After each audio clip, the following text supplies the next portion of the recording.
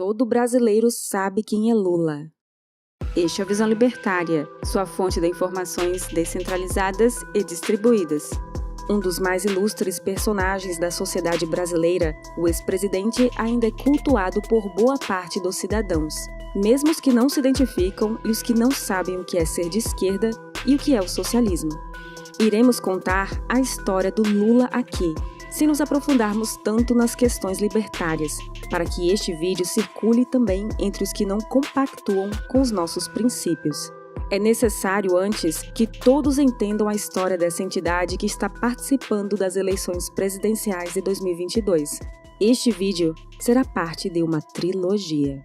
Tendo como nome de batismo Luiz Inácio da Silva, Lula nasceu em 1945 em Caetés, cidade pobre do interior de Pernambuco. Lula é o sétimo dos 8 filhos de Aristides Inácio da Silva e de Eurídice Ferreira de Melo, um casal de lavradores analfabetos e pobres. Faltando poucos dias para sua mãe dar à luz, o pai de Lula fugiu para Santos, em São Paulo, para tentar arrumar algum trabalho melhor, levando consigo a prima de Eurídice. Quando Lula tinha 7 anos, Dona Eurídice decidiu ir com todos os filhos até Santos, com o objetivo de reencontrar o marido. Após 13 dias de viagem em cima de uma carroça puxada por um carro, Eurídice chegou em Santos e descobriu que seu marido formou uma segunda família com sua prima. Aristides teve mais 10 filhos com a prima de Eurídice. Eurídice teve de morar na casa de seu ex-marido junto da nova família dele. Ainda aos 7 anos, Lula trabalhava vendendo laranjas. Aos 12 anos, já em São Paulo, trabalhava em uma tinturaria. Durante o mesmo período, também trabalhou como engraxate e auxiliar de escritório. Aos 14, começou a trabalhar nos Armazéns Gerais Colúmbia, onde teve a carteira de trabalho assinada pela primeira vez, permanecendo ali por 6 meses. Aos 16 anos, foi aluno no curso de tornearia mecânica no Senai. Com essa idade, ele se viu obrigado a deixar a escola para trabalhar em uma siderúrgica que produzia parafusos. Foi lá que, aos 19 anos, Lula esmagou seu dedo em um torno mecânico. Seu patrão o levou ao médico e lhe deu 350 mil cruzeiros de indenização. Aos 21 anos, Lula foi admitido nas Indústrias Vilares, uma grande empresa metalúrgica de São Bernardo do Campo, no ABC Paulista. Aos 24, ele se filiou ao Sindicato de Metalúrgicos sob influência de seu irmão comunista. Aos 27 anos, passou a trabalhar exclusivamente dentro do sindicato e, aos 30 anos, foi eleito presidente do mesmo. No final dos anos 70, Lula ficou um curto período preso por fazer greves sindicais, pedindo reajuste dos salários acima da inflação. Durante o movimento grevista, a ideia de fundar um partido representante dos trabalhadores amadureceu e, em 1980, Lula juntou-se a sindicalistas, intelectuais, representantes dos movimentos sociais e católicos comunistas militantes da Teologia da Libertação, para formar o Partido dos Trabalhadores, do qual foi o primeiro presidente. Em 1983, alterou judicialmente seu nome de Luiz Inácio da Silva para Luiz Inácio Lula da Silva, visando usá-lo em pleitos eleitorais futuros, pois a legislação vigente à época proibiu o uso de apelidos pelos candidatos. Em 1986, foi eleito deputado federal e participou da elaboração da Constituição. Foi favorável a propostas como a limitação do direito de propriedade privada, também foi favorável ao aborto e à estatização do sistema financeiro. Em 1988, Lula concorreu à presidência, mas perdeu para Collor, candidato que recebeu amplo apoio dos meios de comunicação e corporativistas. Em 1990, Lula, com a ajuda do ditador cubano Fidel Castro, fundou o Foro de São Paulo, um encontro entre grupos e partidos da esquerda da América Latina com o objetivo de criar união e lideranças socialistas no continente. O objetivo desse encontro era organizar a esquerda após o fim da União Soviética. Por um momento, todos os presidentes da América Latina eram líderes treinados no Foro de São Paulo. Lula participou das campanhas presidenciais de 1994 e 1998, mas perdeu em todas para o ex-ministro da Fazenda, Fernando Henrique Cardoso, que anteriormente havia resolvido o problema da hiperinflação com o Plano Real, à medida que Lula e o PT eram contrários. No governo FHC, O presidente fez as maiores privatizações da história do Brasil e Lula foi contrário a todas as medidas. Uma delas foi a privatização da Telebrás, a estatal da rede telefônica. FHC não foi de fato um liberal, apenas fez as privatizações necessárias para governar sem as fragilidades de possíveis crises. Ele até criou a Anatel para regular e cartelizar o serviço telefônico. Contudo, as privatizações foram, no geral, muito benéficas para a sociedade brasileira.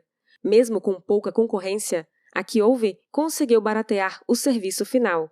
Antes da privatização, era necessário entrar em uma lista de espera de 2 a 5 anos para adquirir uma linha telefônica, pagando antecipadamente quase R$ 1.200. Quem quisesse uma linha com instalação imediata precisava comprar de particulares, que chegavam a cobrar o preço de um automóvel por um telefone. Na época, Lula chegou a falar que, caso houvesse privatização, o pobre nunca mais teria telefone. Hoje, há uma diversidade muito grande de celulares e uma forte concorrência, graças à grande concorrência entre empresas estrangeiras de celulares. Em 2002, após 3 tentativas sem sucesso, Lula finalmente foi eleito presidente. Ele foi eleito com a ajuda do publicitário Duda Mendonça, que criou a figura do Lulinha, Paz e Amor, uma versão menos radical do Lula, com um visual menos parecido com o de um operário e mais próximo da elite financeira, utilizando agora o seu cabelo grisalho. 15 anos depois, Duda Mendonça assinaria uma delação premiada para a Polícia Federal contra Lula. Lula assumiu a presidência em 2003, se beneficiando de todos os avanços econômicos dos governos anteriores, avanços esses que, na época, ele foi contrário. Por exemplo, ele foi contrário à proposta de acabar com a política de substituição de importações, que facilitaria a importação e outros empreendimentos estrangeiros no solo brasileiro. Lula teve de fazer indicações de economistas conservadores e liberais como Henrique Meirelles em órgãos públicos importantes. Essas indicações tinham como objetivo acalmar a fuga de capitais e a desvalorização do real, eventos que estavam acontecendo no começo do seu governo. Prometeu, assim, não atrapalhar esses economistas para não causar instabilidade financeira por uma possível socialização dos meios de produção. Além do ambiente propício para negócios, o Brasil lucrou muito. Nessa época, graças à sua aliança com países do bloco que viria a ser o BRICS, o Brasil passou a ter a China como sua principal parceira comercial para vender produtos como soja, minérios, café, petróleo, entre outras commodities. Há muitas teorias de que se Lula tivesse sido eleito presidente em 1989, provavelmente ele não seria tão popular hoje, visto que não teria todo o ambiente favorável para seu governo trazer tanto crescimento. Até 2002, o dólar vinha em uma subida inabalável. Em 2003, no entanto, o dólar começou a cair, após os Estados Unidos começarem a guerrear no Oriente Médio, em sua caçada contra Saddam Hussein. Entre 2003 a 2011, houve um declínio do dólar em relação às principais moedas do mundo. Com certeza, os gastos governamentais dos Estados Unidos foram mais um dos vários fatores externos, que, somados, ajudaram Lula. Seguindo à risca o populismo, Lula utilizou esse ambiente de avanço da riqueza para aumentar programas populistas, endeusando o culto à sua imagem por meio de dinheiro de impostos. Ele pegou o programa Bolsa Escola, criado no governo FHC, e mudou o nome, passando a se chamar Bolsa Família. Ele também se apropriou do Programa Comunitário Solidário do FHC e o renomeou como Programa Fome Zero. Ainda há pessoas inocentes que acreditam que saíram da pobreza graças ao Lula e, por isso, o endeusam. É preciso entender que é impossível o governo criar riquezas. O que cria riqueza, de fato, é o trabalho e a produção. E a melhor forma de alcançar tal resultado é pelo livre mercado. É por conta disso que um pedreiro do século XXI tem uma qualidade de vida acima de reis de séculos atrás. Para o Estado criar uma riqueza, ele deve obrigatoriamente tirar de outro lugar. Caso queira entender mais sobre essa questão, recomendamos o vídeo O que é Economia, do canal Ancapsu Classic. De fato, houve pobreza antes do governo Lula, mas ele não foi resultado do capitalismo de livre mercado. Muito pelo contrário, O Brasil nunca viveu um ambiente de livre mercado. Na história do Brasil, sempre existiram inúmeras barreiras políticas contrárias às pessoas que queriam abrir suas empresas, tentando fazer concorrência a um oligopólio sustentado pelo Estado.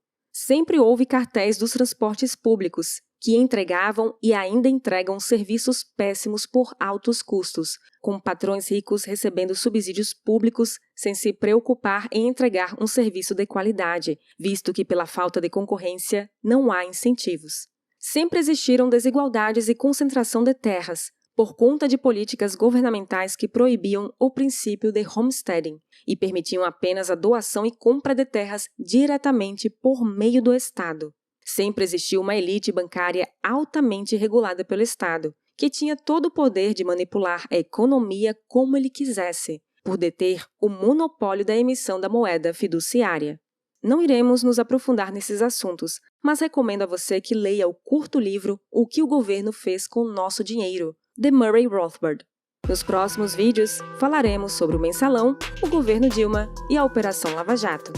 Obrigada por sua audiência. Este artigo foi sugerido e escrito por Nathan Magnus, revisado por Donda e narrado por Baby Yoda. Se você deseja acompanhar nosso conteúdo, inscreva-se no canal e clique no ícone de campainha. Até a próxima!